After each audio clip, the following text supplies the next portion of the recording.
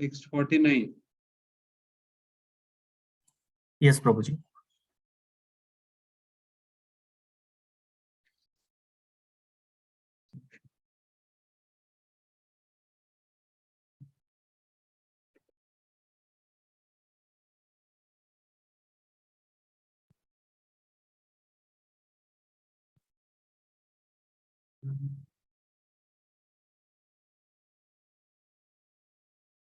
Text 49।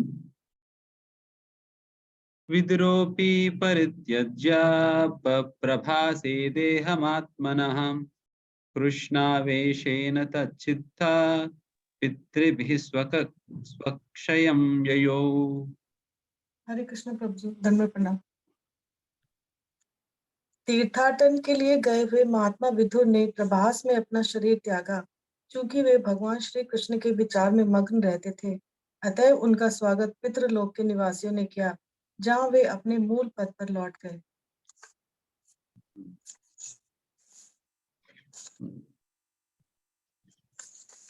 Vidur ji जो तीर्थ भ्रमण में गए थे, कब चले गए थे विदुर जी तीर्थ भ्रमण में? जब दुर्योधन विदुर जी के अपमान करते हैं, और अपमान करके उन्हें जब उस राज्य से निकल जाने के लिए जब उन्हें आदेश दी जाती है, तो उस समय विदुर जी तीर्थ यात्रा भ्रमण करने चले जाते हैं। तीर्थ यात्रा भ्रमण करने के दौरान ही ये मैत्रेय जी, उद्धव जी से मिलना, मैत्रेय जी से मिलना, मैत्रेय विदुर की संवाद इत्यादि, ये सारा उसी संदर्भ में होता है। तो इस प्रकार से तीर्थ भ्रमण करते करते करते विदुर जी जो है ये प्रभास क्षेत्र, जहाँ पर भगवान श्री कृष्ण अंतर्धान हुए थे या अपने प्रकट लीलाएं समाप्त किए थे, उसी स्थान पर विदुर जी उसी प्रदेश में विदुर जी भी अपना लीलाएं समाप्त किए हैं। तो वही बात यहाँ पर कहा जा रहा है।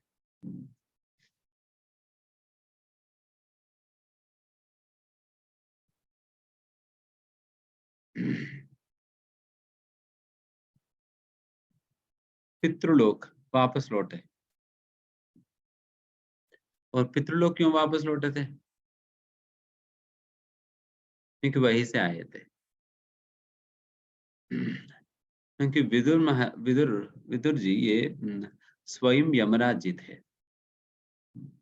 यमराज जी थे, शायद आप लोगों को मैंने पहले विदुर जी के विषय में कथा सुनाया ही था। ये यमराज जी को एक मंडूक मुनि ने शाप दिया, एक शूद्र परिवार में जन्म लेने का। उस शाप की वजह से उन्हें एक शूद्र परिवार में एक दासी पुत्र के रूप में जन्म लेना पड़ा। एंड वही यमराज जी विदुर जी बने थे, जो कि अभी विदुर अपना प्रवास क्षेत्र में लीलाएं समाप्त करने के उपरांत पुनः पितृलोक में लौट रहे हैं।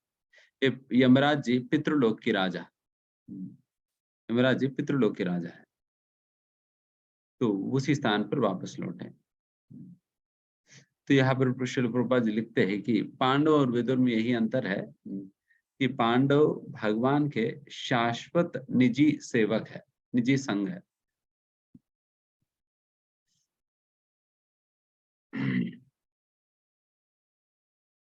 शाश्वत निजी पार्षद है विदुर जी, सॉरी पांडव, बट विदुर महात्मा ये तो देवी देवताओं में से एक है, जो कि यमराज जी।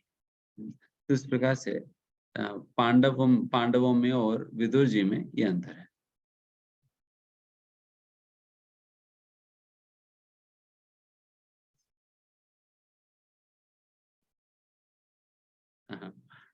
प्रभुपाद जी अलग देखते ही साधारणतः लोग यमराज का नाम सुनते ही गौड़ा जाते हैं, डर जाते हैं। यमराज के नाम सुनते ही डर जाते हैं लोग। तो प्रभुपाद यहाँ लिखते हैं, भक्तों के लिए कोई डरने की बात नहीं है, या डरते नहीं है भक्त लोग, बिकॉज भक्तों के लिए तो एक वो कॉर्डियल फ्रेंड है, वो मित्र है भक्तों के लिए। तो क्योंकि यमराज जी भी तो वैष्णव है ना। जब 7वां स्कंद में या 6वां स्कंद में जब अजामिल की वृत्तांत आता है, तो उसी संदर्भ यमराज जी बात कहते हैं। वे सब 12 महाजन हैं जो कि धर्म के निगूढ़ तत्वों को जानते हैं। तो उनमें से यमराज जी स्वयं भी एक है, जो कि सारे शास्त्रों का निगूढ़ तत्व और भक्ति के रूप में जो जानते हैं वे यमराज जी। तो इसलिए यमराज जी भी एक महाजन है, एक बहुत महान वैष्णव है। इसलिए वैष्णव के लिए शत्रु थोड़ी होते हैं, बल्कि वो हमारे सबसे बड़ा मित्र है। इस प्रकार से प्रभुपाद जी वर्णन कर रहे हैं। तो इसलिए यमराज जी से कोई डरने की कोई जरूरत नहीं है।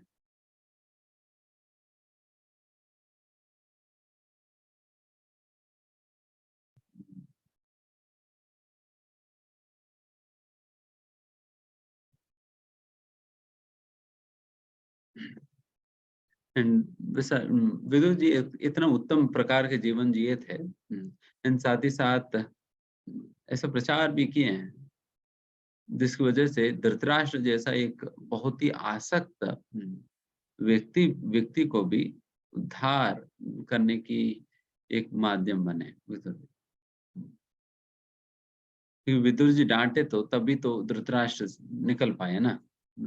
तभी तो फिर आध्यात्मिक जीवन की ओर वो आगे बढ़ सके थे, नहीं तो फिर वो अपने ही उसी राज में अटके पड़े हुए थे। बट विदुर जी ने उनको उस प्रकार की प्रोत्साहन प्रेरणा दिया था। तो वैसा वो एक उत्तम साधु साधु की जीवन जिए थे। हालांकि सभी राजनीतिज्ञों के बीच में तो थे ही, फिर भी उन सभी लोगों के बीच में रहते हुए भी विदुर जी बहुत ही एक स्वच्छ और साधुत्व की जीवन जिए थे।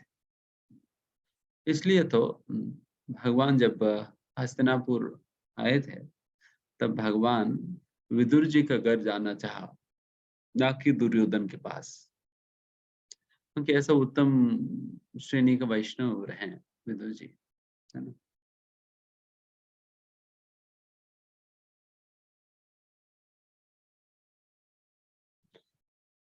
यहाँ पर प्रभुपाद जी लास्ट में लिखते हैं कि the demigods are also associates with the Lord without personal touch, whereas the direct associates have constant personal touch with Him. The Lord and His personal associates incarnate in many universes without cessation. The Lord remembers all these appearances.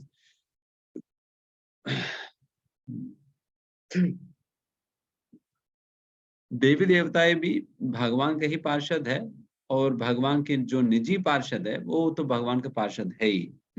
पर दोनों में इसी बात की अंतर है कि भगवान के निजी पार्षद वो भगवान के संपर्क में रहते हैं हमेशा, वेराज देवी देवताएं वो भगवान की डायरेक्ट संपर्क में नहीं रह पाते।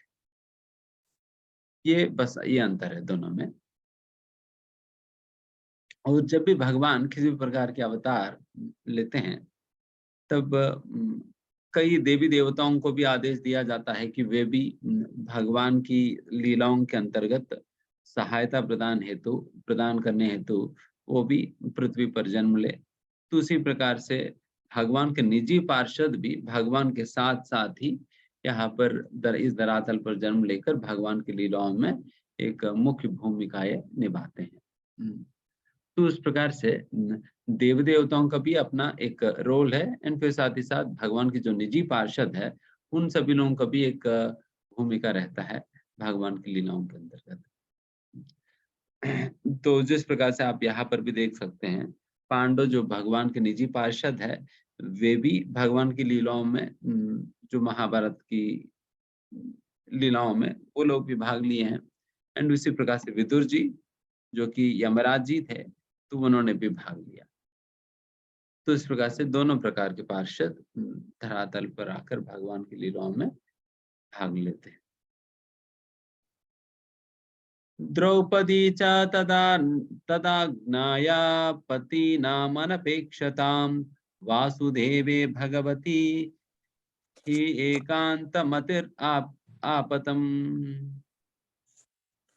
द्रौपदी ने भी देखा कि उसके पतिगण उसकी चिंता किए बिना घर छोड़ रहे हैं और वे भगवान वासुदेव श्री कृष्ण को भली भांति जानती थीं।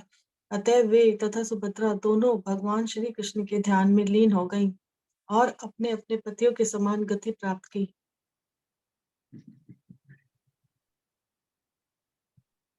यहाँ पर जब युधिष्ठिर महाराज के साथ साथ जब पांडव ये सभी लोग निकलने लगे थे, बेचारे द्रौपदी पीछे खड़े होकर देख रही थी। अरे ये लोग तो पूछे बिना कुछ बोले बिना निकल जा रहे अपने से। हमारा कोई ध्यान ही नहीं रहा। हमारा कोई ध्यान ही नहीं रहा। तो उस प्रकार से अभी द्रौपदी का स्थिति है, without caring for living home.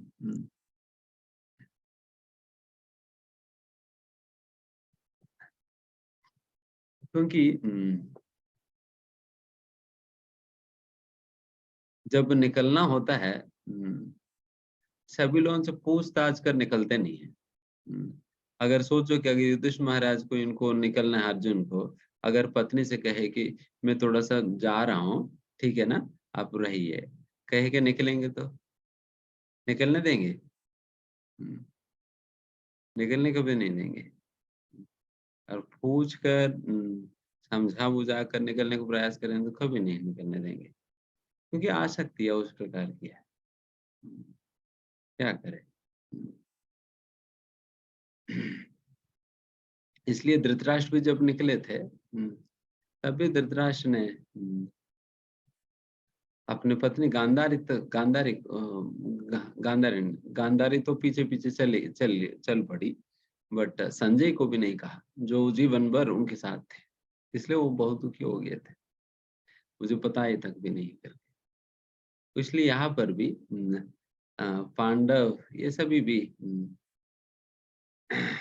इन सारे बातों की ध्यान ना रखते हुए वो निकल पड़े थे। तभी निकल पाएगा व्यक्ति, अन्यथा तो कहा बहुत बहुत मुश्किल है, क्योंकि एक ऐसा जंजाल है ये। मतलब ये जो चेन्स है, क्या कहते हैं, ये जो चेन्स है, ये आयरन चेन्स है, बहुत स्ट्रांग है। Chains of affection and attachments, इसे तोड़ पाना तो बहुत बहुत मुश्किल है। बड़े बड़े लोग भी झुक जाते हैं, बिकॉज पहले तो पता नहीं चलता, जब तोड़ते वक्त तब लगता है कि कितना स्ट्रांग है। तब तक तो झगड़ते रहेंगे, बट जब तोड़ने के बाद जब आता है, देन फिर पता चलता है कितना आ सकते हैं हम।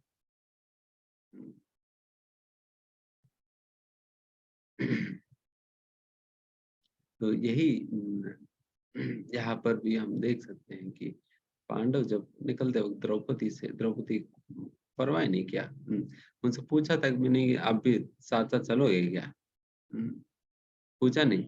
यहाँ तक युधिष्ठिर महाराज अपने बाकी अर्जुन से पूछा नहीं। युधिष्ठिर महाराज निकलते वक्त बाकी पांडवों को भी कहा नहीं कि मैं निकल रहा हूँ, क्या तुम्हें भी चलना है मेरे साथ? नहीं, पूछा ही नहीं। वो अपने रास्ते में निकलने लगे, एंड फिर बाकी लोग अपनी स्व इच्छा के साथ युधिष्ठिर महाराज के पीछे पीछे चलने लगे थे। अपनी इच्छा के साथ युधिष्ठिर महाराज के पीछे पीछे चलने लगे। तो यही स्वभाव होता है ना। एंड आखिर तो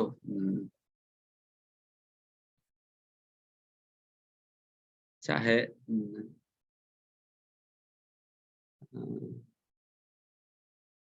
चाहे वॉलंटरली हो, चाहे प्रकृति की दबाव से हो, अलग होना ही पड़ता है। अलग होना ही पड़ता है, क्योंकि कोई भी संबंध शाश्वत तो नहीं इस दुनिया में। कोई भी संबंध तो शाश्वत तो है नहीं। कोई प्रकृति की दबाव से अपना संबंधों को छोड़ता है और कोई अपने आप से छोड़ देता है। बस यही फर्क है, छोड़ना तो है ही सभी को। एंड सभी को जिस प्रकार से अल्टीमेटली द्रौपदी को भी अपने ही रास्ता देखना पड़ा। तो अल्टीमेटली इसलिए हम बारंबार बताते हैं कि ultimately what actually works for us is our personal connection with Krishna. हमारी भगवान कृष्ण के साथ क्या व्यक्तिगत संबंध है, तो यही काम आने वाली, यही काम की चीज है। बाकी सब कुछ फेल है, क्योंकि कोई कब रहेगा कोई कब नहीं रहेगा, क्या क्या guarantee.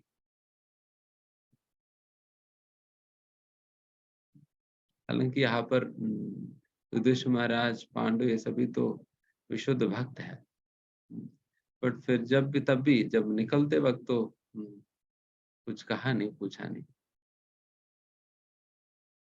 Because ultimately it is your personal connection.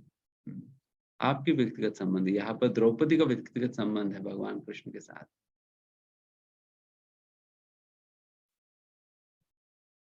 इसलिए हमें अपना व्यक्तिगत संबंध को और दृढ़ और मजबूत करनी चाहिए भगवान के साथ। सभी को इसके ऊपर काम करनी चाहिए। देखिए बाकी इस दुनिया में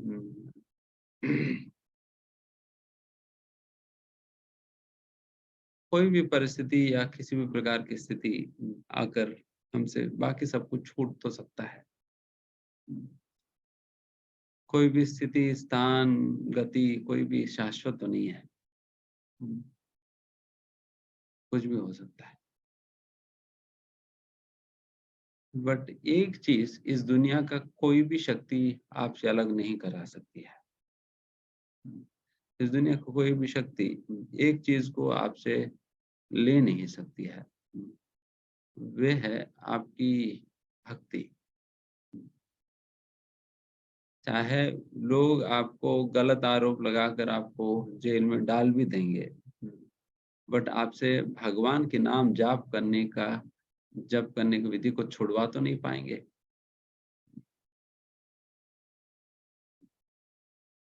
जो भगवान के साथ आपके हृदय में जो स्थापित संबंध को वो तो तोड़ नहीं पाएंगे। हमारा हड्डी तो तोड़ सकते हैं, बट वो संबंध तो तोड़ नहीं पाएंगे ना। वो संबंध तो आंतरंगिक है। तो इसलिए जिस प्रकार के संबंध द्रौपदी ने भगवान श्री कृष्ण के साथ विकसित करी है, उसी प्रकार से हम सभी भी भगवान के साथ उस प्रकार के संबंध हमें विकसित करनी चाहिए। तो यही असलियत में हमारा एकमात्र ऐश्वर्य है एंड वही एकमात्र शक्ति है जो हमें बचा भी सकती है, बचा सकती है नहीं, बचाती है। इसलिए असली कमाई करो और असली ऐश्वर्य को प्राप्त करो।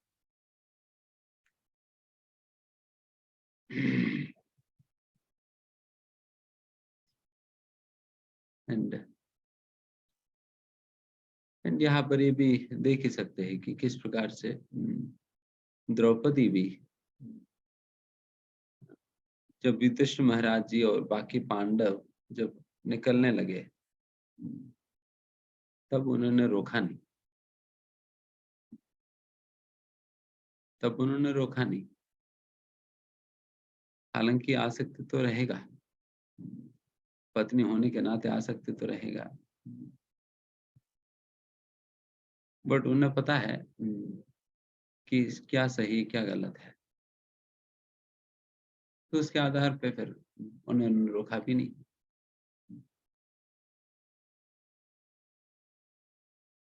किसी के अब आध्यात्मिक प्रगति में बाधा भी तो नहीं बनना चाहिए। तो इस प्रकार से द्रौपदी ने रोका नहीं, एंड फिर साथ ही साथ वे भी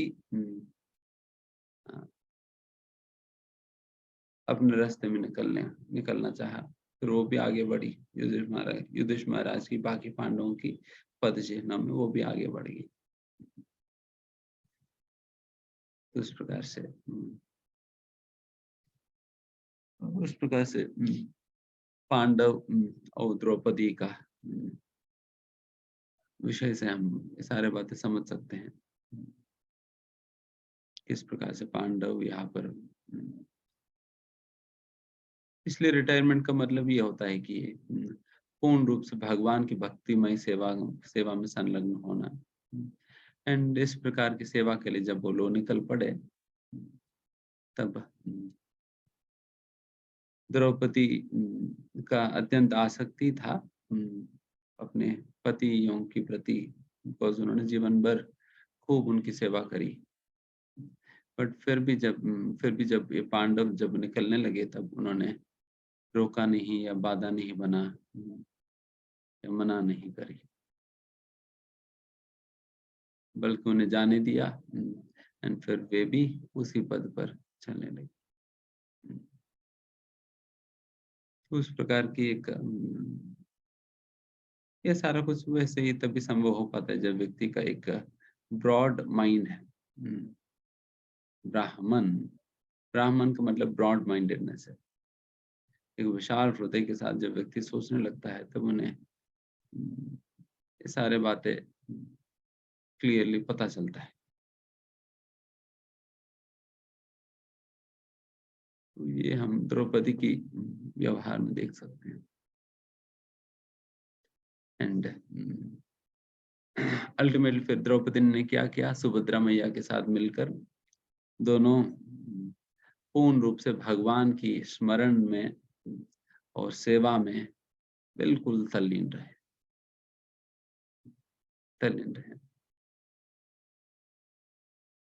हालांकि दुख तो होगा जब पांडव निकल रहे थे,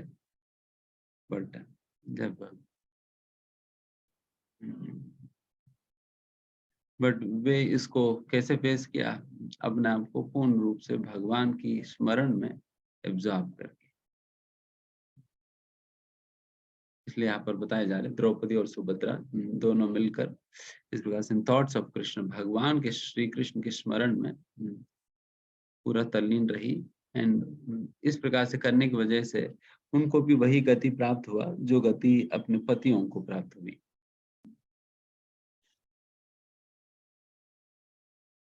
प्रभुपाद बहुत सुंदर वचन यहाँ लिखते हैं, सुनिए। When flying an airplane, one cannot take care of other planes.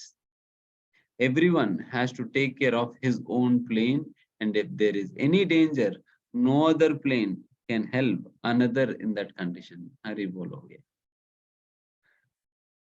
यहाँ पर प्रभुपाद जी कह रहे कि सभी को अपना अपना प्लेन उड़ाना है।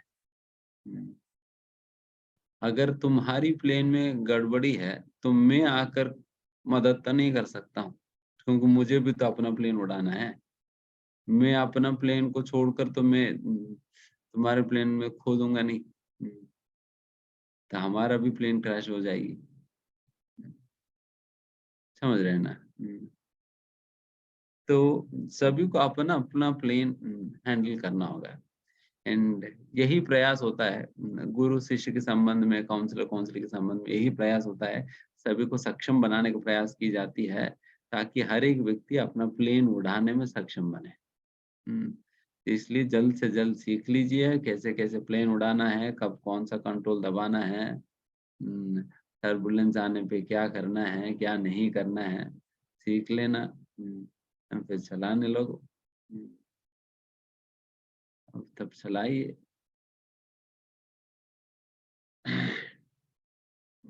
है ना? इसलिए जैसे यहाँ पर वही तो हो रहा है ना, युधिष्ठिर महाराज अपना प्लेन में निकल जा रहे हैं और अर्जुन अपना प्लेन में, भीम अपना और नकुल सहदेव अपने। तो फिर फाइनली बचा कौन?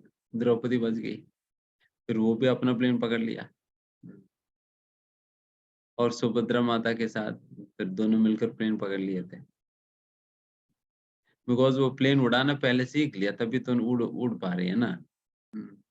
प्लेन वो अगर उड़ाना सीखा ही नहीं है तो फिर कैसे होगी, है ना?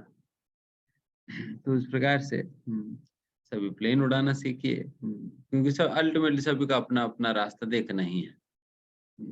आज नहीं तो कल। अपना-अपना रास्ता दे, यहाँ तक भी पति भी साथ नहीं देने वाला है पत्नी को। हुँ, बाकी सारे संबंधों को छोड़ ही दो। हुँ, बाकी सारे संबंध छोड़ ही दो। पति पत्नी को या पत्नी पति को साथ नहीं देने वाले जब प्लेन उड़ाने की बात आएगी, इन सभी को अपना ही प्लेन उड़ाना होगा।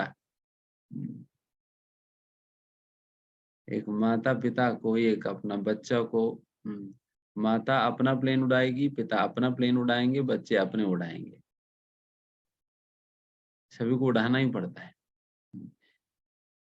फिर हम नहीं कहने से अरे तो तुम्हारी प्लेन रोक दो, मेरा प्लेन चल नहीं रहा है। 2 मिनट रुक जाओ। मेरे प्लेन में थोड़ा-सा खराबी है, फिर उसको कम से कम उड़ने तो दो। उसके बाद तुम उड़ जाना। तो चलेगा नहीं ना काम, सभी उड़ेंगे।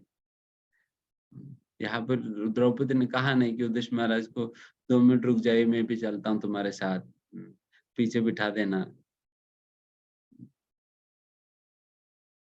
पीछे बिठा देना, मैं भी चलती हूँ। तो ये सारी बातें नहीं हुई। तुम तुम्हारे प्लेन में आओ, मैं अपने प्लेन में जा रहा हूँ।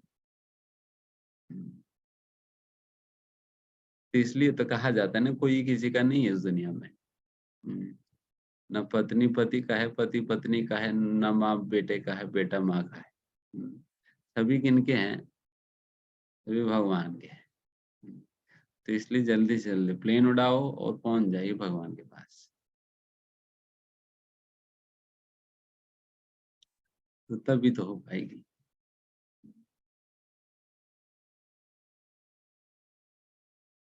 तो इस प्रकार से तो ये बहुत ही उत्तम शिक्षा हमें इस अध्याय से हमें मिलता है।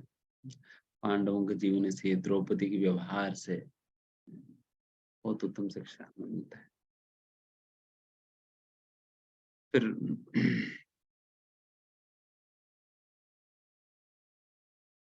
प्रभुपाद जी लास्ट में लिखते हैं कि similarly at the end of life when one has to go back to Godhead, इसी प्रकार से जब जीवन के अंतिम समय पर जब व्यक्ति को भगवतधाम वापस लौटना होता है, everyone has to take care of himself without help rendered by another.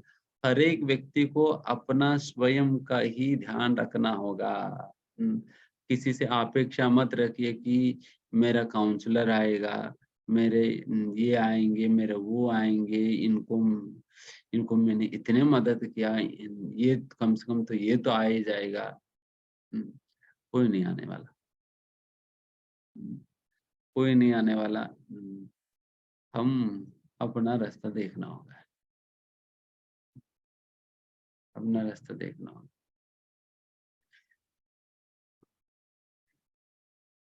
Similarly, the spiritual master, the father, the mother, the relatives, the husband and others can all render help during one's lifetime, teaching one how to cross the ocean of birth and death. But while crossing the sea, one has to take care of himself and utilize the instructions formally received.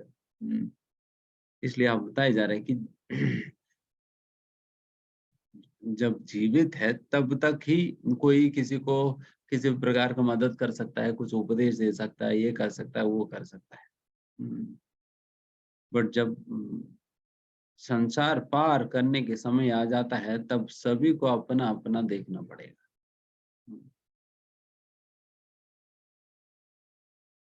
सभी को अपना-अपना देखना पड़ेगा।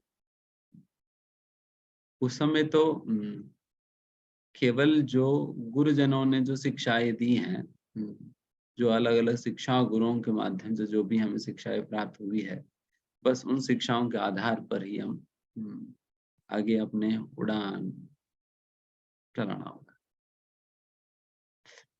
है ना? उस समय कोई हमें मदद नहीं कर पाएँगे। बेसिकली यही बात है।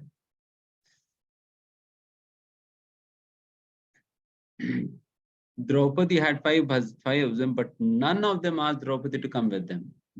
हालांकि द्रौपदी के साथ द्रौपदी का 5 पति है, फिर भी प्रभुपाद जी कह रहे कि एक भी पति उन्होंने पूछा नहीं द्रौपदी से कि क्या तुम भी चलोगे हमारे साथ।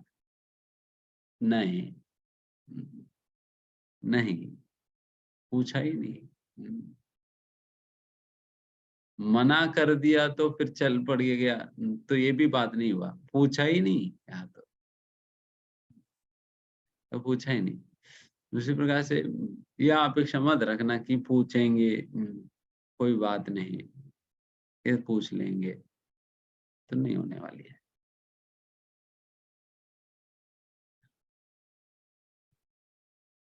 एंड बिकॉज उन्होंने इस प्रकार प्रशिक्षण लिया, द्रौपदी ने पहले से ही तैयारी करी, तो इसलिए फिर वो अपने मन को पूर्ण रूप से भगवान के स्मरण में तल्लीन करी। देन फिर वे भी उसी गति को प्राप्त करी जो गति अपना पतियों को प्राप्त हुई।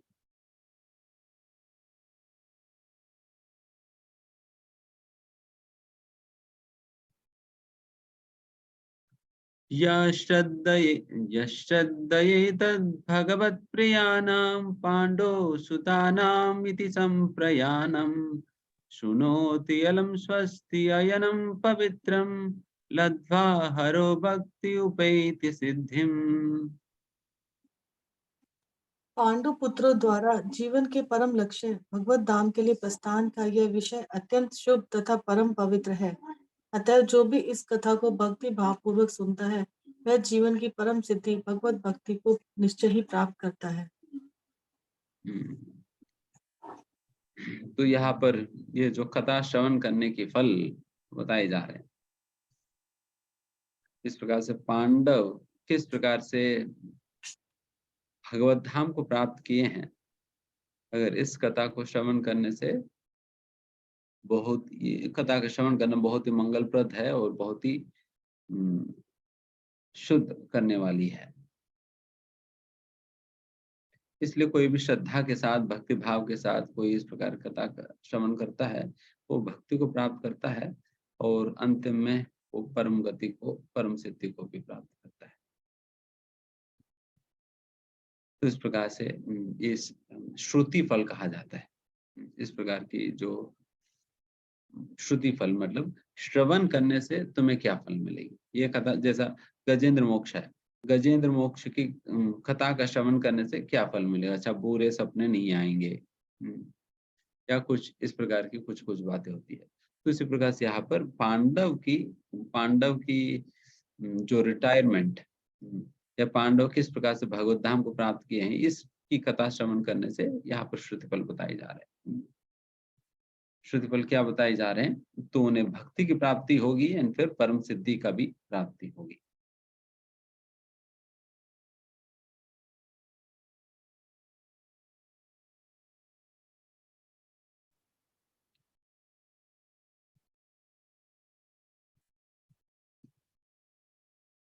ये भगवान कोई भी कथा का श्रवण करने का तो फल है ही, परम सिद्धि को प्राप्त करना। ठीक है, हम नेक्स्ट अध्याय शुरू करेंगे। How Parikshit receive the age of Kali. कैसे परीक्षित महाराज इस कली को स्वागत किया या कैसे रिसीव किया, तो इसके विषय में।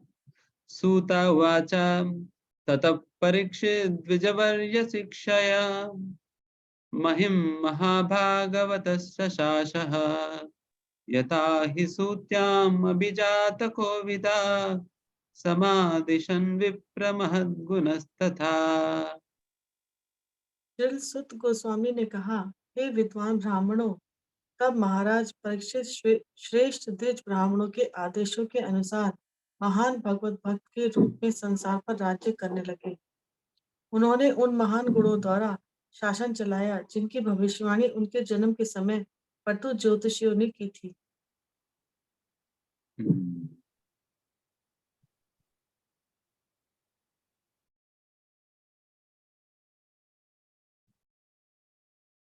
परीक्षित महाराज, क्योंकि जब पांडव ये सभी भगवत धाम वापस चल पड़े थे, तो समय कुरुवंश में बस परीक्षित महाराज ही बचे हुए थे, वो भी उत्तरा के गर्भ में। उसके बाद परीक्षित महाराज जब प्रकट हुए, परीक्षित महाराज को ही ये सारा राज्य सौंप कर चले गए थे युधिष्ठिर महाराज और बाकी पांडव। परीक्षित महाराज ही पूरा पृथ्वी का राजा बने हैं। एंड परीक्षित महाराज ब्राह्मणों की निर्देशन के अनुसार वो पूरा राज्य, पूरा दुनिया के राज्य वो करने लगे थे। और बहुत ही सुंदर अद्भुत दैवी गुणों से वो सुशोभित थे, जो कि पहले से ही ज्योतिषों ने भविष्यवाणी की कि ये जो व्यक्ति, जो परीक्षित जो रहेगा, वो बहुत ही अद्भुत गुणों वाले होगा करके।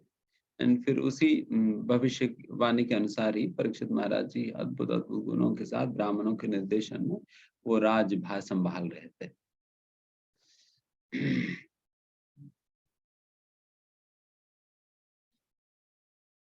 एंड यहाँ पर प्रभुपाद लिखते हैं कि महाराज परीक्षित इन जो जितने सारे अद्भुत गुणों के विषय में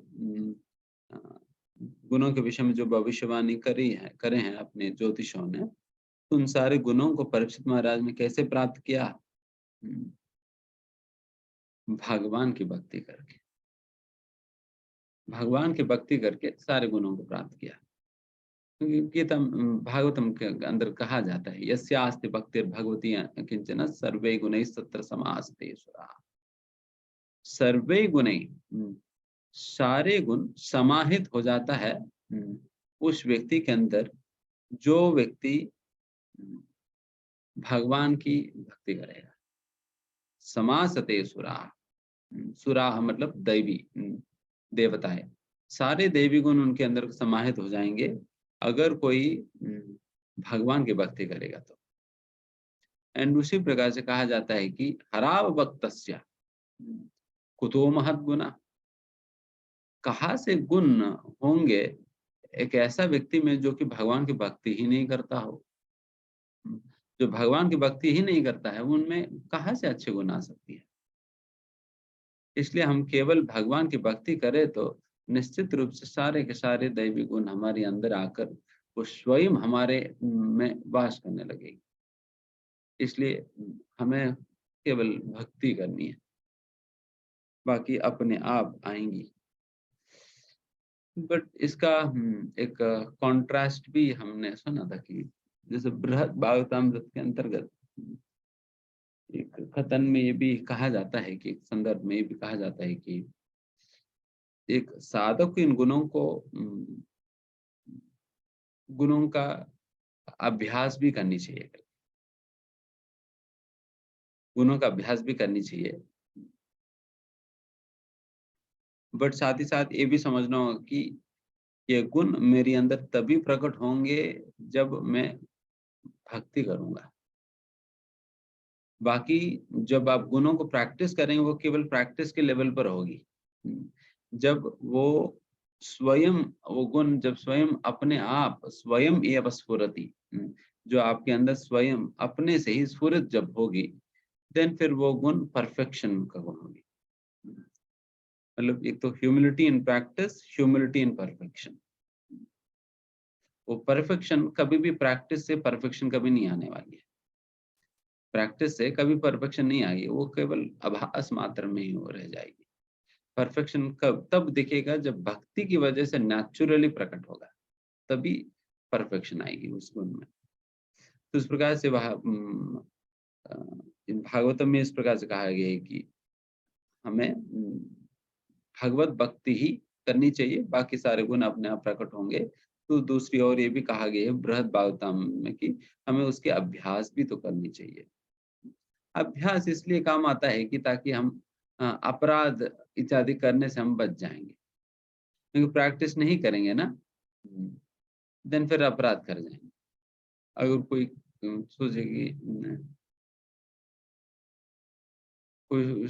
सोचे कि प्रभु में मेरे अंदर कोई नम्रता नहीं है करके वो झगड़ने लगा, प्रभु जी वैसे भी तो नम्रता है नहीं ना मेरे अंदर, मैं तो I am simply being natural. मैं जस्ट नेचुरली मैं इस प्रकार से व्यवहार कर रहा हूँ। मेरे अंदर नम्रता नहीं है, करके समाधान दे देगा। पर समस्या है कि अपराध भी तो हो रहे हैं। ठीक है, आप नेचुरली व्यवहार तो कर तो रहे हैं, बट अपराध भी तो कर हो जा रहे हैं आपसे। तो इसलिए फिर वहाँ पर अभ्यास करना पड़ेगा। ऑल्दो हमारे लिए नेचुरल नहीं लगे, कई कहते कि प्रभु मुझे बिल्कुल नेचुरल ये लगता है कि ये अननेचुरल है, आर्टिफिशियल लग रहा है। कोई बात नहीं, आर्टिफिशियल लगने दो। फिर भी हम प्रैक्टिस तो करें, अभ्यास करें। क्योंकि गलत चीज़ की प्रैक्टिस तो नहीं कर रहे हैं, अच्छी चीज़ की तो प्रैक्टिस कर रहे हैं। इसलिए कोई बुरी बात तो है नहीं। अगर कोई गलत चीज़ की प्रैक्टिस कर रहे तो देन फिर बुरा है। अच्छा ही चीज़ की प्रैक्टिस करे, क्या दिक्कत है? इसलिए अगर आपको आर्टिफिशियल भी लगे और और नेचुरल ना भी लगे, फिर भी हमें प्रैक्टिस करनी चाहिए। फिर भी हम प्रैक्टिस करनी चाहिए, फिर भी नम्र रहना चाहिए, फिर भी सहनशील रहना चाहिए। ऑल्दो अंदर वॉल्केनो फट रही है, बट बाहर वॉल्केनो की लावा लाएंगे तो फिर सभी जलकर मर जाएंगे, है ना? तो यही बुद्धिमान है कि ठीक है वॉल्केनो फट रही है, ठीक है भैया आप अंदर रहो। आप अंदर रहो। कुछ समय के बाद अंदर वॉल्केनो फट कर लावा बह कर फिर वही को वही शांत हो जाए होकर मर जाएगी। बट बाहर एक बार दिखाने लगे, बाहर दिखाने मतलब देन फिर आप बहुत कठोर वचनों में आप जोर-जोर से चिल्ला रहे हैं, ये कर रहे हैं, वो कर रहे हैं, मार रहे हैं, पीट रहे हैं। देन फिर इसका मतलब वॉल्केनो फट भी गया और बाहर निकल भी गया। तो फिर सभी लोग जलकर मर रहे हैं अभी उस लावा में। तो इस प्रकार से एज़ फार एज़ पॉसिबल हमें करना पड़ेगा प्रैक्टिस।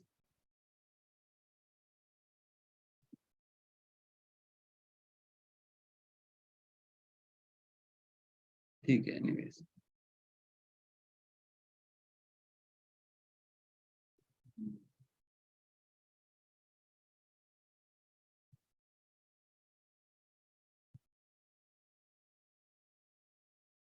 फिर आगे स उत्तरस्य तनयाम् उपयेम इरावतीं जनमेयादिं चतुरस् तस्याम् उत्पादयत् सुतान्।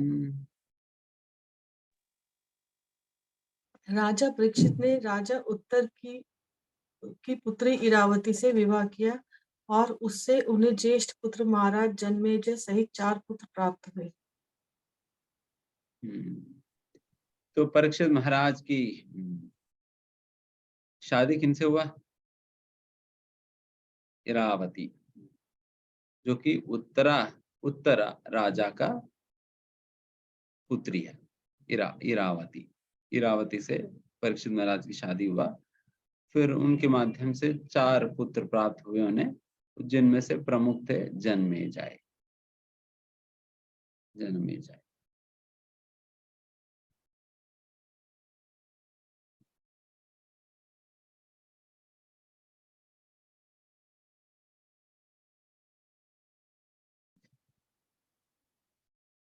यहाँ पर महाराज उत्तरा का परिचय दिया जा रहा है। जो विराट राजा है ना,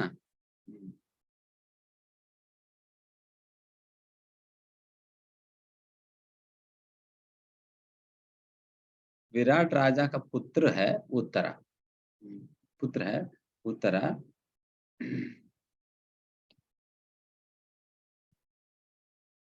एंड परीक्षित महाराज का कजिन सिस्टर होती है फिर इरावती।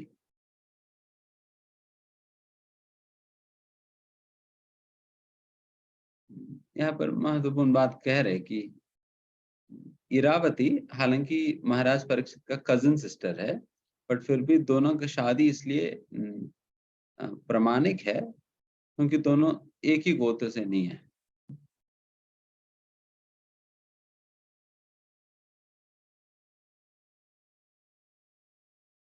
अर्जुना भी सुभद्रा के साथ शादी किया है।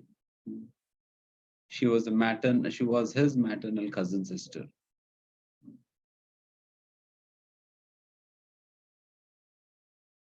उस प्रकार की शादी।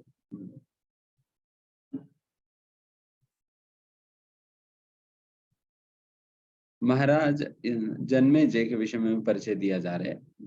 परशुद महाराज के पुत्र महाराज जन्मेजय के माध्यम से दो पुत्र होते हैं, जो कि ज्ञातानिका शंकुकर्णा।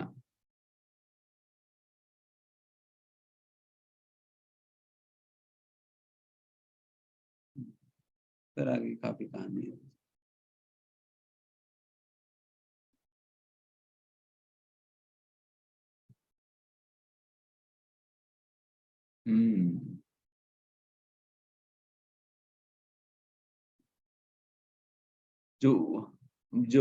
जिस प्रकार से ये भगवत गीता भगवान कृष्ण और अर्जुन के बीच में संवाद है, एंड अपना श्रीमद् भागवतम ये सुखदेव गोस्वामी और परीक्षित महाराज के बीच में संवाद है। उसी प्रकार से जो महाभारत है ये वैशंपायना, जो कि व्यासदेव का शिष्य है, वैशंपायना और जन्मेजय बीच की संवाद है। वैशंपायन जन्मेजय को बता रहे हैं महाभारत पूरा। इसी प्रकार से ही पूरा महाभारत के नरेशन होता है। जिस प्रकार से भागवत के नरेशन होता है, सुखदेव गोस्वामी परीक्षित महाराज को सुना रहे हैं करके, तो उसी प्रकार से ये महाभारत वैशंपायन ऋषि जन्मेजय को सारे बातें बता रहे हैं करके ही उसकी फ्लो होता है।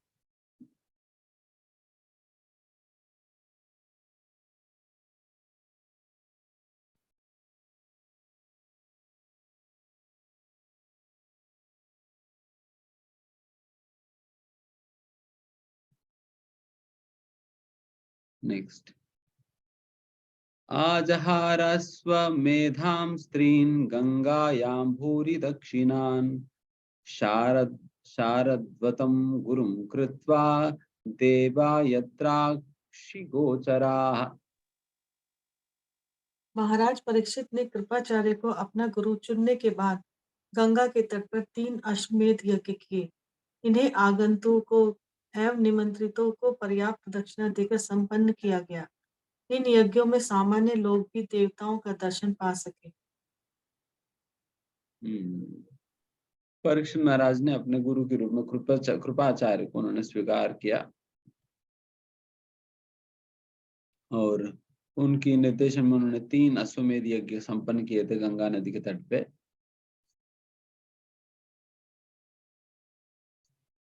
एंड उस समय ऐसा अद्भुत अवकाश था कि इन यज्ञों में देवी देवताएं भी आने लगे। फिर देवी देवताओं को, मतलब एक साधारण मनुष्य भी क्यों ना हो, वो देवी देवताओं को देख सके उनके दर्शनों से। अच्छी बात है। मानो कि आपको अभी इंद्र इत्यादि देवताओं का दर्शन हो जाए तो अच्छा होगा ना, दिख जाए अपने आंखों को। तो उस प्रकार से यहाँ पर दिख जा रहे हैं उनको सारे देवी देवता। हालांकि वैसे साधारण रूप से तो दिखते नहीं है।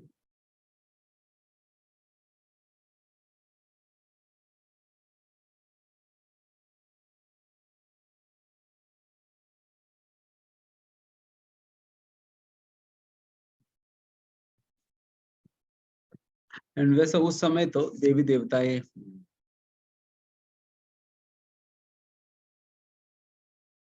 आया करते थे पृथ्वी पर, बट देवी देवता आते तो है बट कभी भी पृथ्वी पर अपना पैर नहीं रखते हैं, कभी स्पर्श नहीं करते पृथ्वी को। वो आकर फिर पृथ्वी से कुछ इंचेस ऊपर ही उनका पैर रहता है, कभी स्पर्श नहीं करते पृथ्वी। उसी प्रकार से महाविष्णु भगवान स्वयं भी तो उसी प्रकार से, बट एक समय पर भगवान ने पृथ्वी का स्पर्श किया। ये तब की बात है जब पृथु महाराज की कहानी में जब भगवान विष्णु प्रकट होते हैं, तब देखते हैं पृथु महाराज भी पृथ्वी पर खड़े हैं, इसलिए महाविष्णु के अंदर की उत्सुकता होती है कि मुझे भी पृथ्वी पर खड़े होना है। देन पृथ्वी पर खड़े होते हैं एंड उनको आदत नहीं है ना पृथ्वी पर खड़े होने का, देन इम्बैलेंस होने लगी। जिस प्रकार से अगर हम आकाश में उड़ेंगे तो इम्बैलेंस हो जाएंगे ना, इम्बैलेंस हो जाता है ना, मिसबैलेंस हो जाता है। उसी प्रकार से यहाँ पर थोड़ा सा मिसबैलेंस हुआ करके एक हास्यास्पद रूप से कहा जाता है।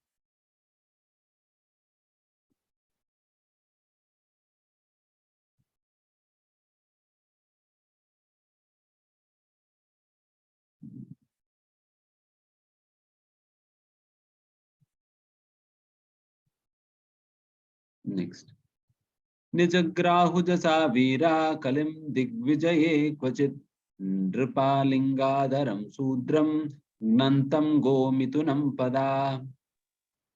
एक बार जब महाराज परीक्षित विश्व विजय करने निकले तो उन्होंने देखा कि कलयुग का स्वामी, जो शूद्र से भी निम्न था, राजा का वेश धारण करके गाय तथा बैल की जोड़ी के पांवों पर प्रहार कर रहा था।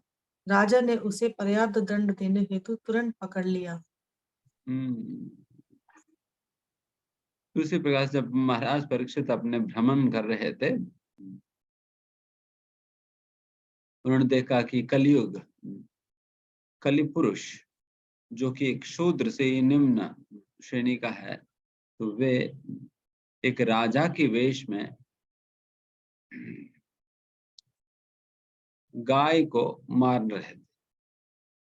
तो इस परिस्थिति को देखकर तुरंत फिर परीक्षित महाराज उसमें हस्तक्षेप करते हुए ये कली को रोकते भी है एंड फिर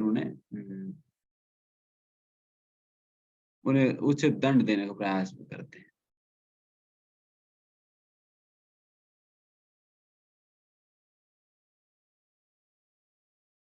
एंड यहाँ पर बहुत अच्छी बात प्रभुपाद जी लिख रहे हैं कि एक राजा केवल अपने स्वार्थ के लिए युद्ध करके आक्रमण करने का प्रयास नहीं करता है। एक राजा आइडियली केवल अपना स्वार्थ को, अपना राज्य को बढ़ाने के लिए, अपना संपत्ति को बढ़ाने के लिए, अपना ख्याति को बढ़ाने के लिए, अपना नाम के लिए वो इस प्रकार की युद्ध करके युद्ध नहीं करता है, बल्कि राजा युद्ध करने का मूल उद्देश्य यहाँ पर बताए जा रहे हैं। This was not for the purpose of the aggression on other states. He was the emperor of the world and all small states were already under his reign. हालांकि परीक्षित महाराज के केस में तो ऑलरेडी परीक्षित महाराज चक्रवर्ती होने के नाते सारे के सारे छोटे छोटे राज्य परीक्षित महाराज का ही निर्देशन में काम किया करते थे। बट इस प्रकार से परीक्षित महाराज इस पूरा दुनिया के अंतर्गत आक्रमण भ्रमण क्यों कर रहे हैं? His purpose in going out was to see how things were going on in terms of the godly state. वो बस इस प्रकार से निकले थे इसलिए कि ताकि वो भगवान के निर्देशन के अनुसार सब कुछ ठीक ठाक चल रही है नहीं, ये देखने के लिए। इसलिए वो लोग युद्ध वगैरह में भी इसलिए भाग लेते हैं ताकि भगवान के अनुसार या धर्म की स्थापना जगह जगह पर हो। धर्म की स्थापना करने के लिए युद्ध किया जाता है, अन्यथा नहीं।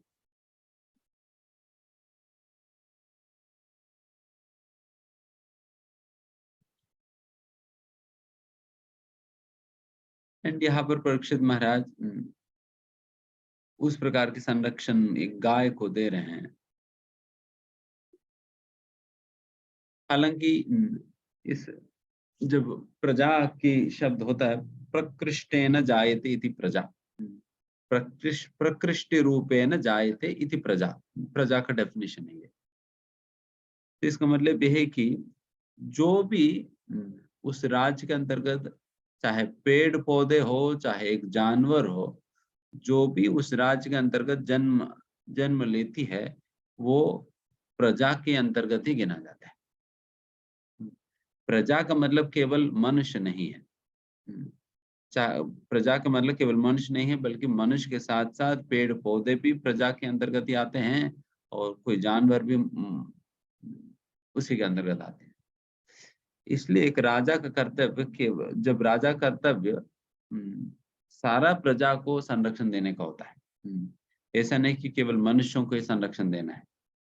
अगर जिसकी एक संकुचित चेतना है, जिनको लगता है केवल मनुष्यों के संरक्षण देना है, देन उनको यही लगता है कि ठीक कोई बात नहीं, अगर कोई कसाई घर चलाकर फिर उस कसाई घर में हजारों पशुओं को मरवाने पर भी कोई दिक्कत नहीं है, क्योंकि उनको लगता है कि ये हमारी प्रजा नहीं है।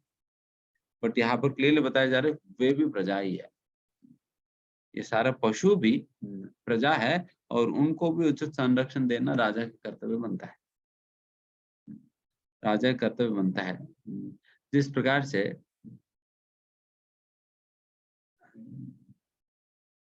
एक गृहस्थ,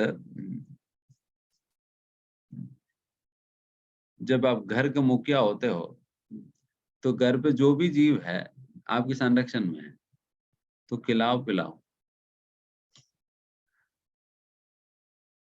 तो उनको भी खिलाना पिलाना पड़ेगा आइडियली। श्री प्रभुपाद जी का पिताजी गौर मोहन दे, वो यही मतलब इस भावना के साथ जीते थे। इसलिए जब वो दुकान से जब बाहर निकलते वक्त, जो दुकान को जब बंद करते वक्त, वो क्या करते थे कि एक टोकरी में कुछ चावल के दाने रख के फिर वो अपने शॉप में छोड़कर जाते थे, ताकि चूहे को जब भूख लगता है वो आकर खा सके।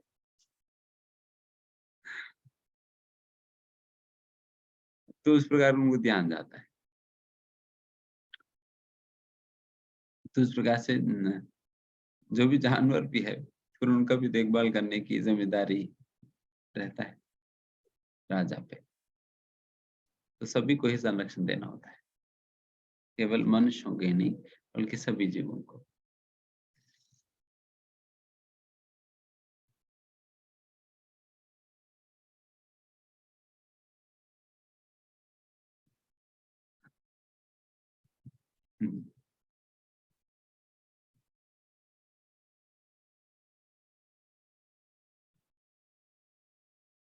एंड हालांकि यहाँ पर तो साधारण जानवर थोड़ी, यहाँ पर तो गाय के ऊपर ही आक्रमण किया जा रहा है। तो गाय तो भक्तों के लिए, वैष्णवों के लिए, सारे समाज के लिए भी क्यों ना हो, सभी के लिए पूजनीय है। वैसा माँ की दर्जा दिया जाता है गाय को, और उस गाय को इस प्रकार से मारना किसी प्रकार की उचित बात नहीं है। इसलिए यहाँ पर परीक्षित महाराज उसको निवारण करने का प्रयास कर रहे हैं। Prabhupada लिखते, the age of Kali means mismanagement and quarrel, and the root cause of all mismanagement and quarrel is that worthless men with the modes of lower class men who have no higher ambition in life come to the helm of state management. Such men at the post of a king are sure to first hurt the cow in the Brahminical culture, thereby pushing all society towards hell. कली का लक्षण है mismanagement होगा, इसलिए कभी कहीं पर mismanagement होता है, समझ लेना कि कलयुग चल रहा है। मिसमैनेजमेंट होना समझ लेना कि कलयुग चल रही है, तो इसलिए मिसमैनेजमेंट होगा ही। चाहे यात्रा में जाओ, चाहे कहीं पर भी जाओ, मिसमैनेजमेंट होना ही है। और दूसरा यहाँ पर बताया जा रहा है कि झगड़ा होंगे, झगड़े रोज कहीं ना कहीं तो झगड़ा होता ही है ना, चाहे ऑफिस में हो, घर पे हो, गली में हो, कहीं पर भी झगड़ा होते ही रहता है। अगर झगड़ा देखने के लिए नहीं मिल रहे तो इसका मतलब आप कहीं सतयुग में जी रहे हैं। तो झगड़ा तो होना ही है। अगर झगड़ा होगा तो देन फिर समझ लेना सब कुछ नॉर्मल चल रहा है। अगर नहीं हो रहे देन फिर समझ लेना कि कुछ समस्या है। एंड कई बार वॉल्केनो फटने के पहले शांति रहता है, तो बड़ा झगड़ा होगी तभी कुछ समय शांत रहता है, तो उसके बाद बड़ा से बड़ा वॉल्केनो फटेगी। तो इसलिए झगड़ों से डरने की जरूरत नहीं है, समझ लेने की। तो this is natural way of life in Kaliyuga, this is how people live. जैसा कि जनरली लोग 3 बार खाते हैं, है ना, जीने के लिए, उसी प्रकार से कम 1 आध बार तो झगड़ा होना ही है दिन में, तभी नींद आएगी।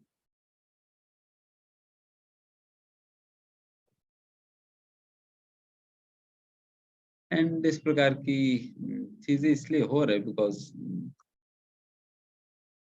जिस प्रकार के लीडर्स आज के समाज में देखने के लिए मिलता है, वो सक्षम नहीं, वो योग्य नहीं है, उस पद के लिए अधिकृत नहीं है। और वैसा लोग जब गद्दे में बैठते हैं, देन फिर वे समाज को सही निर्देशन देते हुए चला नहीं पाएंगे, बिकॉज उनका ही आशय खराब है, उनका ही लक्ष्य खराब है, इसलिए वो बाकी लोगों को भी सही निर्देशन दे नहीं सकेंगे। इसलिए जो भी एक नेता की या एक लीडर की पोजीशन में होते हैं, एक माँ हो, एक अध्यापक हो, एक पिता हो, एक घर के मुखिया हो, एक समाज के नेता हो, एक देश के नेता हो, ये सभी के सभी लोग जो है सबसे पहले अपने कैरेक्टर को, अपने उद्देश्य को क्लियर करना होगा कि मुझे क्या प्राप्त करनी है और क्या लक्ष्य है। जब लक्ष्य क्लियर है, देन आपको स्वयं डायरेक्शन पता चलेगा और बाकी लोगों को डायरेक्शन आप दे पाएंगे। आप खुद ही लक्ष्य पता नहीं, देन फिर क्या डायरेक्शन देंगे। इसलिए लक्ष्य क्लियर होना होगा। ठीक है, ठीक है, आज यहाँ पर हम समाप्त करते हैं। जो भी यहाँ तक हम चर्चा किए, किसी को कोई प्रश्न है आप पूछिए।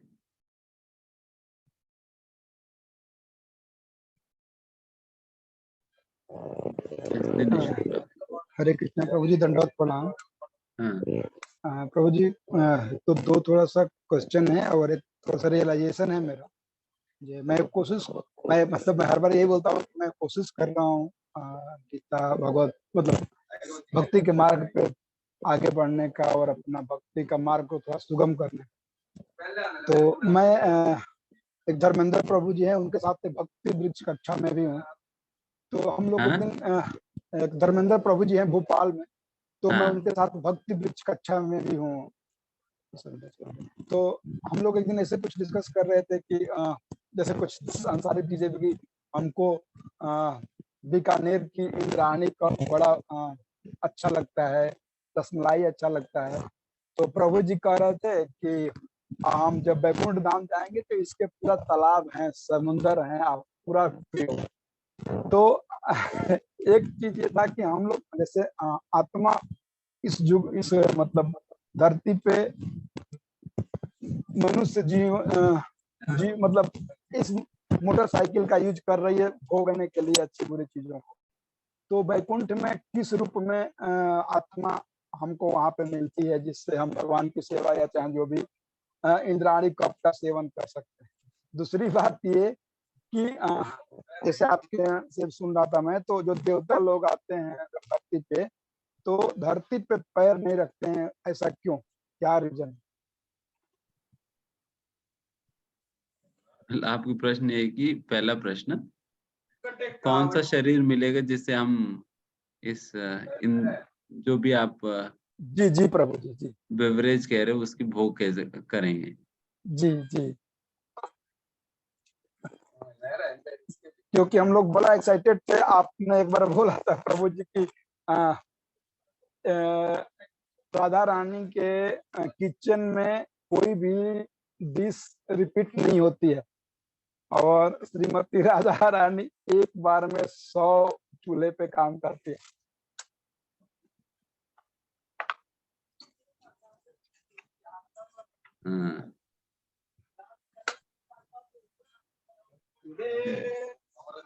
देखिए, इस सांसारिक चीजों से और बहुत बेहतर चीजें वहां पर मिलता है। और आप सोचो कि अगर ये शरीर वैसा, इस शरीर को कहा जाता है क्लेशधा। क्लेशधा मतलब जो केवल क्लेश कष्ट देती है। कष्ट देती है, ये शरीर उस प्रकार की है। अगर उस प्रकार का शरीर में अगर इतना आपको अच्छा लग रहा है कि आप चाहते हो कि भगवत धाम में भी वही मिले, वही मिले। भगवत धाम में तो भगवान आपको उससे भी बहुत बढ़िया, बढ़कर बहुत बढ़िया चीज देना चाह रहे हैं, एंड उसको भी भोगने के लिए बेसिकली वही है कि वहां पर सारे अरेंजमेंट तो है ही, आपके एंजॉयमेंट का भी सारे अरेंजमेंट है।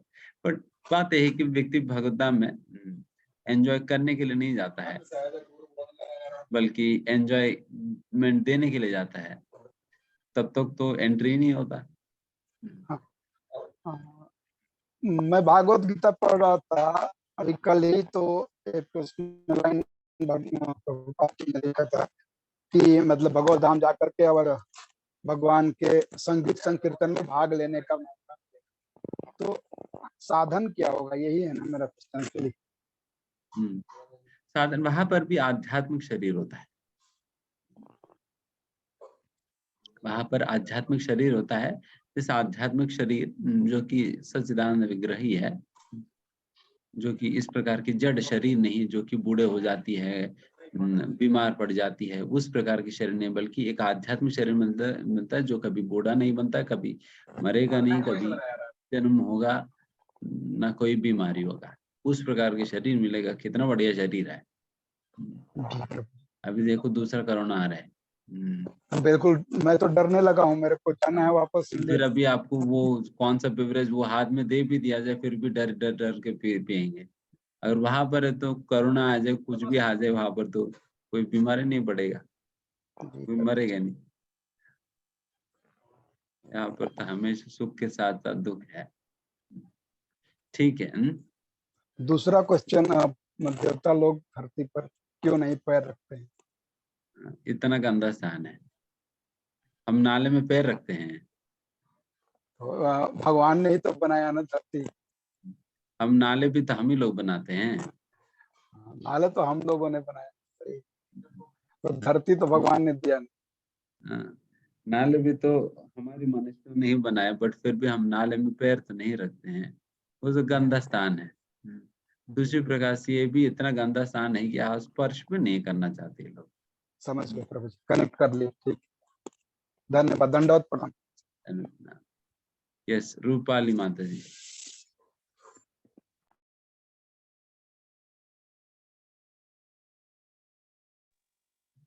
हरे कृष्णा। हरे सभी को कृष्ण। हरे कृष्णा। हाँ, इन्होंने बोला कि ये आपने बहुत सही उत्तर दिया। आखिर आप तो हमारे मेंटर हो, पर इन्होंने बोला तो वो कथा में आता है कि माता रानी थी ना एक, जिनके वो गौतम ऋषि के अहिल्या, तो उनके साथ इन्होंने छल किया था इंद्र भगवान जी ने। तो तब गौतम ऋषि ने उनको शाप दिया था कि जो भगवान को मीन्स ऑटो पोर्टिंग की भगवान ने मतलब अपने कृष्णा ने सभी देवों को उनके अच्छे कर्मों की वजह से ऑटो पोर्टिंग का जो उनको प्रेजेंट मीन्स गिफ्ट दिया था ना, वो छीन लिया। बोले कि पृथ्वी लोक मैंने बनाया है और तुम वहां जाके अगर वहां की लेडीज लोगों को इतनी तकलीफ दोगे, ऐसा कुछ करोगे।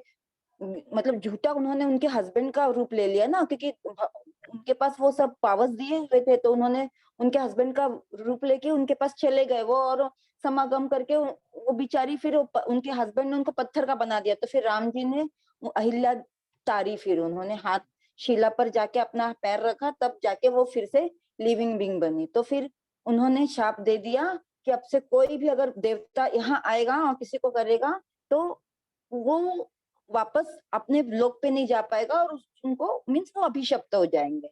और आप और एक चीज बोलने वाली थी प्रभु जी, भूल गई, आजकल भूल गए। सॉरी प्रभु जी, दंडवत प्रणाम। यस, अंजनी सुता प्रभु।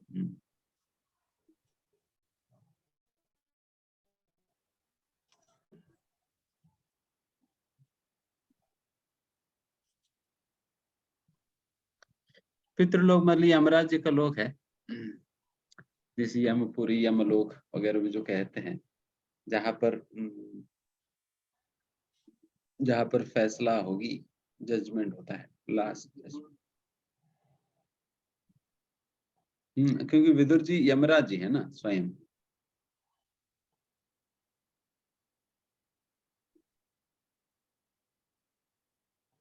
हाँ, वो तो भगवान के निजी पार्षद है।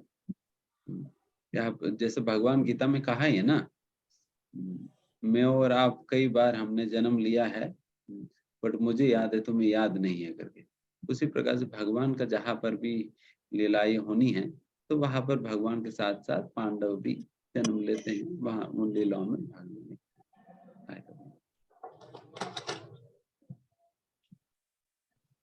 एंड जय श्री माता जी, आप क्या पूछ रहे हैं?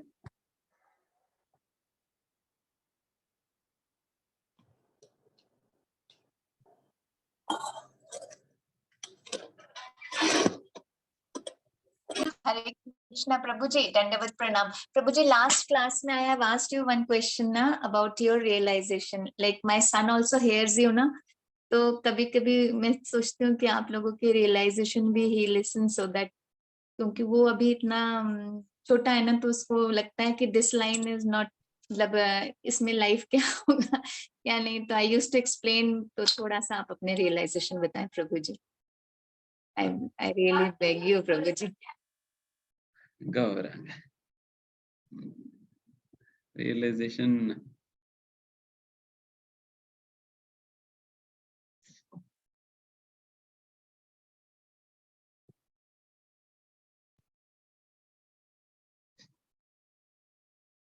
रियलाइजेशन मतलब यही है। हम तो वो बताते ही रहते, वही तो बताते हैं हम रोज क्लासेस में। बट अगर पर्टिकुलरली बताना है, या बेसिकली आप जिस पॉइंट के विषय में पूछ रहे कि मे बी इस प्रकार से ब्रह्मचार्य आश्रम में आने के संदर्भ में वैसा पूछ रहे होंगे। इसके लिए हमारी यही मोटिवेशन है कि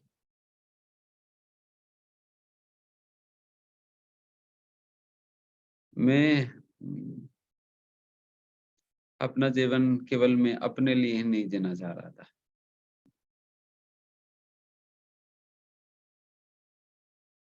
अगर मैं सभी लोगों की तरह उसी रास्ते में चलूं, तो मेरा जीवन केवल 2-3 लोगों में ही सीमित हो जाता है, और मेरा परिवार भी वही 2-3 लोगों तक ही सीमित हो जाता है। आज मेरे परिवार इतना विशाल है और इतना सीमित है,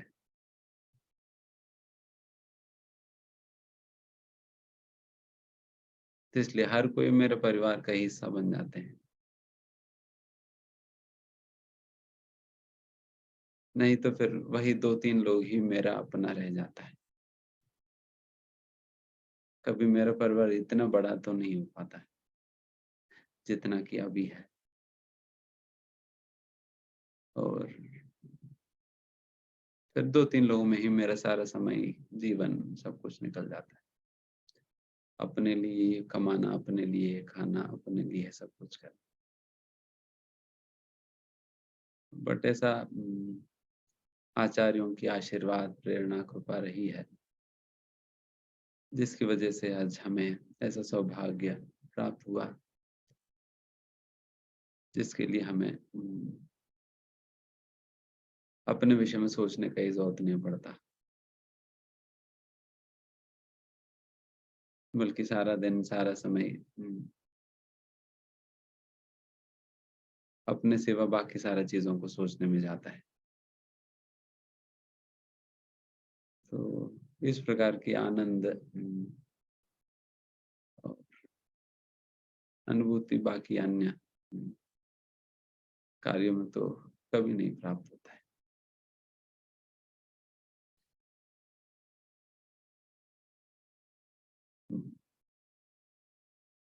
One has to experience the bliss of selflessness,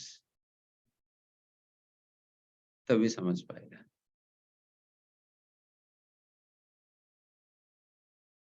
है ना? ऐसे ही है। हरे Krishna. Thank you, Prabhuji. Thank you so much. Hare Krishna. Dandavat Pranam, Prabhuji. धन्यवाद। Yes, last जितेंद्र प्रभु। हरे कृष्णा प्रभु जी, दंडवत प्रणाम। आप मुझे सुन पा रहे हैं प्रभु जी? हाँ हाँ। अभी ये लास्ट आपकी रियलाइजेशन सुन के तो लगा कि मतलब अगर आप ऐसा नहीं सोचते तो फिर मतलब हम लोग किस तरह से मतलब कहाँ भटकते। अरे आपने चुना तो इसकी वजह से हमारी जिंदगी कहीं क्या नाम एक ठीक वे में जा रही है। इसके लिए तो हम आपका हमेशा धन्यवाद करते हैं और हमें भी कहीं ना कहीं इसको फॉलो करना बहुत जरूरी है। एक्चुअली में वो भगवत प्रेम से ये अपने आप हो जाता है। जब भगवान के प्रेम का रेसिप्रोकेशन आप महसूस करने लगते हैं तो फिर लगता है कि हमें भी वही चुनना चाहिए। पर प्रभु जी, मेरा ये प्रश्न ये था अभी इस क्लास के संदर्भ में कि कितना मतलब ये जो आदिकाल से ही चीजें चली आ रही हैं। सतयुग के अंदर भी क्या नाम रावण होता था और उस समय भी युद्ध होते थे, कोई ना कोई कारण। जैसे अभी के कारण दूसरे हैं युद्ध के, आपस में टकराव के। अभी तो बहुत नीचे लेवल पे चला गया है। पर उस समय भी जब रामचंद्र जी के जमाने में बताते हैं, जब रामचंद्र जी चले गए थे वन में, तो भरत जी ने शत्रुघ्न जी ने 31 युद्ध लड़े, ऐसा शास्त्रों में आता है। तो इस तरह के युद्धों का वो जो पहले से ही चला आ रहा है, भगवान ने ये विकार पैदा ही क्यों कर रही है कि मतलब घृणा पैदा हो जाए, क्रोध पैदा हो जाए। ये जब सतयुग में भी थे, कल द्वापर में भी थे, कलयुग और अब कलयुग में तो होने ही होने हैं। तो ये सिलसिला चला क्यों आ रहा है? मतलब क्यों इस तरह का वो जब भगवान स्वयं पृथ्वी पे है तब भी युद्ध हो रहा है। तो ये चीज समझ नहीं आ रही। मतलब इसका क्या कोई वो है या ये चलता रहेगा? नहीं, चलता रहेगा, चलता रहेगा। बिकॉज ये पहले भी थे ही एंड अभी भी है, आगे भी रहेंगे। बट पहले जो युद्ध वगैरह हुआ करते थे वो बिल्कुल धर्म युद्ध हुआ करते थे। Because the purpose and the practices both used to be very religious. उद्देश्य भी सही रहता था एंड फिर जो विधि विधान युद्ध के अंदर भी वो भी सही रहता था। तो आज तो चाहे चल कपट से हो, चाहे जैसे भी हो, आप बस लड़ो। और उद्देश्य भी बिल्कुल खराब या गंदा ही रहता है। सभी का अपना अपना स्वार्थ रहता है। तो इसलिए उस प्रकार की युद्धों में जब व्यक्ति मरता है, देन उन्हें तो स्वर्ग की प्राप्ति हुआ करती थी। अगर कोई व्यक्ति युद्ध लड़ते लड़ते मर भी जाए फिर भी उन्हें स्वर्ग की प्राप्ति होता है। बट अभी के समय पर जो गलत उद्देश्य के साथ अधार्मिक युद्ध जो होती है, तो उसके अंतर्गत तो थोड़ी मिलने वाली। तो इसलिए ये तुलना नहीं है ऐसा तो।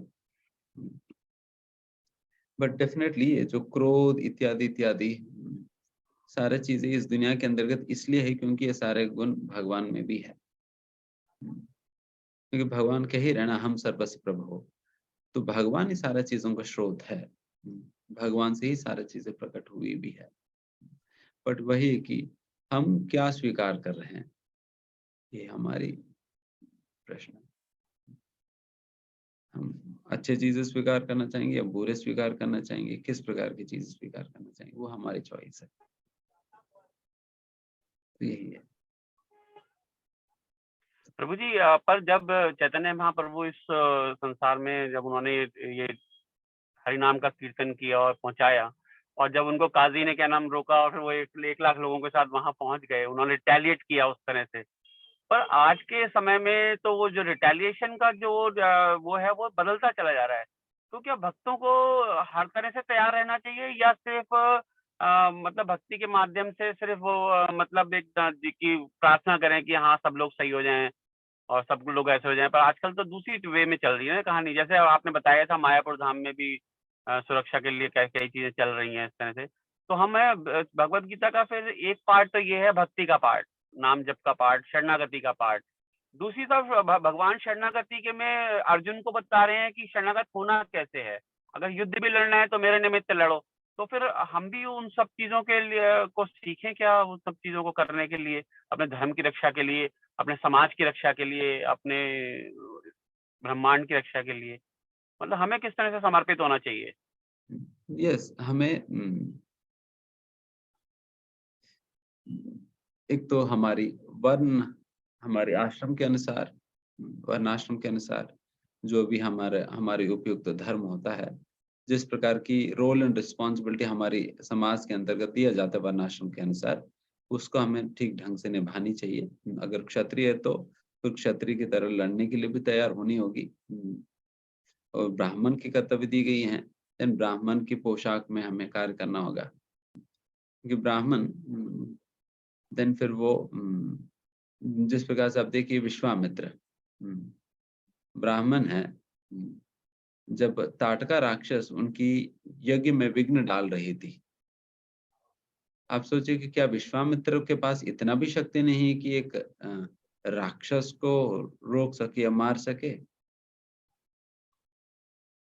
उनके अंदर सामर्थ्य था, वो स्वयं ताटका को कुछ भी कर सकते थे, बट फिर भी एक ब्राह्मण होने के नाते वो एक क्षत्रिय के कारण नहीं करना चाह रहे थे। ब्राह्मण होने के नाते वो क्षत्रिय के कारण नहीं करना चाह रहे थे, इसलिए वो अपने शक्ति वक्ति का प्रयोग ना करते हुए उन्होंने क्षत्रियों का आश्रय लेकर तब राम जी को बुलाए थे। तब राम जी ने ताटका का वध किया इत्यादि, वो सारा कुछ होता है। बिकॉज ब्राह्मण को ब्राह्मण का धर्म निभानी चाहिए और क्षत्रिय को क्षत्रिय का धर्म निभानी चाहिए। यहाँ पर हम ये देख सकते हैं, विश्वामित्र सक्षम होने के बाद भी वो अपना शक्ति का प्रयोग नहीं कर रहे थे। एंड उस प्रकार से सभी वर्णाश्रम धर्म के अनुसार, एंड फिर फाइनली वर्णाश्रम धर्म के भी परे है गुरु की आज्ञा। वर्णाश्रम धर्म के भी परे है गुरु की आज्ञा, एंड गुरु ने कुछ करने के लिए कहा है, चाहे वो वर्णाश्रम धर्म के विपरीत भी क्यों न हो, हम करते हैं मूल उद्देश्य के साथ, सही उद्देश्य के साथ। भगवान श्री कृष्ण ने जब धराधाम पे आए तो उन्होंने क्या क्षत्रिय का धर्म निभाया मूल रूप से? क्षत्रिय का धर्म निभाया। ठीक है प्रभु जी, धन्यवाद, प्रणाम, बहुत बहुत धन्यवाद। हरे कृष्ण, धन्यवाद।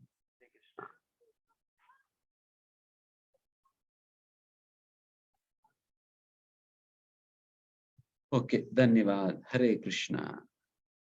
श्रील प्रभुपाद की जय। ठीक है, आज का सेशन यहीं समाप्त करेंगे प्रभु जी को धन्यवाद के साथ, हरे कृष्णा महामंत्र के साथ। हरे कृष्णा कृष्णा कृष्णा हरे हरे, हरे राम राम राम हरे हरे। हरे कृष्णा।